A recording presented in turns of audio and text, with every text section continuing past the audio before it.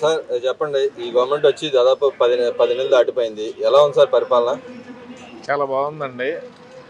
అన్ని వర్గాలకి ఎన్నికల్లో ఇచ్చిన వాగ్దానాలన్నింటిని కూడా ఒక్కొక్కటి సూపర్ సిక్స్లు అమలు చేస్తున్నారు. అది అందరికీ, పేద వర్గాలందరికీ అందుతున్నాయి. ఫలితాలు అనేది రేపు రాబోయే ఎలక్షన్లో తెలుస్తుంది. ఇంకా పేదలకు చేయాల్సింది కూడా చాలా పథకాలు ఇంకా ఉన్నాయి. అవి అమలు చేయడానికి చంద్రబాబు నాయుడు గారు కృషి చేస్తున్నారు. కానీ జగన్మోహన్ రెడ్డి గారు అంటున్నారు, ఏ పథకాలు ఎవరో ఇంకా అయిపోయింది, ఈ గవర్నమెంట్ పని చివరి దశ చేరుకుంది, పథకాలు ఇవి రావు అని చెప్తున్నాడుగా. ఎలా చెప్తున్నాడు అనుకుంటున్నారు? దానికి ఏంటంటే ఆ పార్టీ చివరి దశకు వచ్చింది.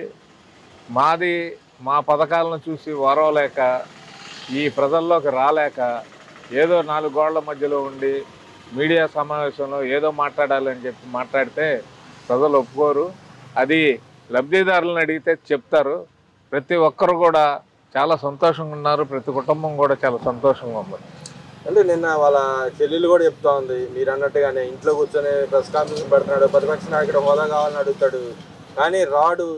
ఇంకా అలాంటప్పుడు ఇంకా పదవి ఎందుకని చెప్పి మాట్లాడుతుంది కదా వాళ్ళ చెల్లెలు. అనుభవాన్ని బహిర్గతం చేసింది. వాళ్ళ అన్నయ్యతో ఉన్న అనుభవాన్ని బహిర్గతం చేసింది. దాంట్లో తప్పు లేదు, అంటంలో ఎటువంటి సందేహం లేదు. ఆమెమి తప్పుగా మాట్లాడలేదు.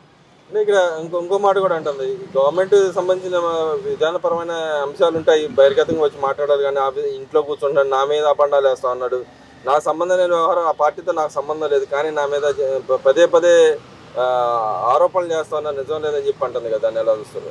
ఆ నిజాలు ఏంటో వాళ్ళిద్దరికి తెలుసు. మేము తెలుగుదేశం పార్టీ తరఫున మేము ఆరోపించవచ్చు. అంటే ఆమె అంటుంది నాకు సంబంధం లేదంటుంది, మీ పార్టీకి ఆమెకు సంబంధం లేదని చెప్తుంది. అది నిజమే అంటారా?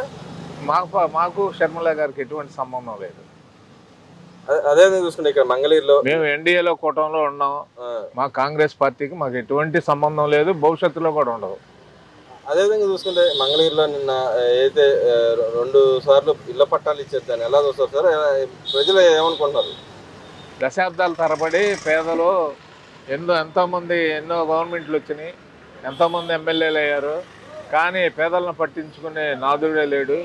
ఇటువంటి నారా చంద్రబాబు నాయుడు గారి తనయుడు మన మంగళగిరి నియోజకవర్గానికి శ్రీ నారా లోకేష్ గారు రావటం పేద ప్రజల యొక్క ఆశాజ్యోతి. ఇటువంటి మంత్రి అయినా ఎమ్మెల్యే అయినా భవిష్యత్తులో కూడా ఎవరు దొరకరు, రావటం చాలా అదృష్టం. అంటే ఇక్కడ గతంలో ఆయన పాదయాత్ర చేసినప్పుడు చాలా మందికి వాగ్దానాలు చేసిన ఈ నెరవేర్చడంలో ఎంత మాత్రం సక్సెస్ అయ్యారంటారు? వాగ్దానాలు చేసిన వాళ్ళు 5 సంవత్సరాలు గడిచినా కానీ కనపడలేదు. వాగ్దానం చేశారు, పాదయాత్రలో సంవత్సరం అన్నారు, 10 నెలలకే పట్టాలు ఇవ్వటం జరిగింది.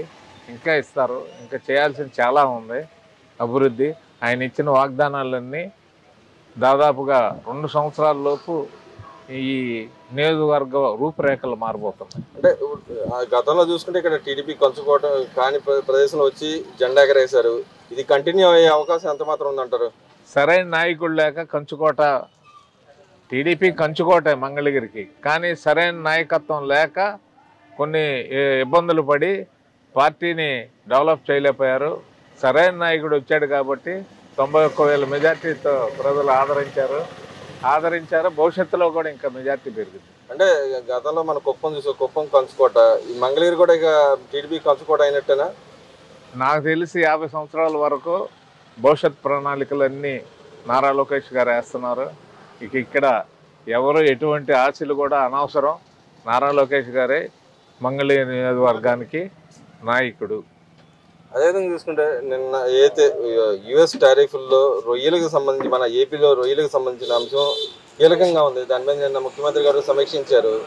200 రూపాయల దాకా పెంచమని, 100 కౌంట్కి 200 రూపాయల లెక్క ఎక్స్ట్రా ఇచ్చి కొనుక్కోమన్నట్టు చెప్పారు. కానీ వైసీపీ జగన్మోహన్ రెడ్డి గారు అంటున్నారు, రొయ్యలు రైతులు బాధలు పట్టించుకోవట్లేదు ఈ గవర్నమెంట్ చెప్పి అంటున్నారు. నిజంగానే ఆ పరిస్థితి ఉందంటారా? నువ్వు చేసిన 5 సంవత్సరాల పరిపాలనలో ఆక్వా రైతుల్ని నువ్వేం చేసావని చెప్పి నీ మనసాక్షిగా మీడియా ముందు చెప్పు. నువ్వు కరెంటు బిల్లులు పెంచావు, కరెంటు ఛార్జీలు తగ్గించలేదు, ఆక్వా రైతులకు సబ్సిడీలు కానీ ఎలాంటివి ఇవ్వలేదు, ఇవ్వకుండా నువ్వు మాట్లాడటం చాలా దుర్మార్గం.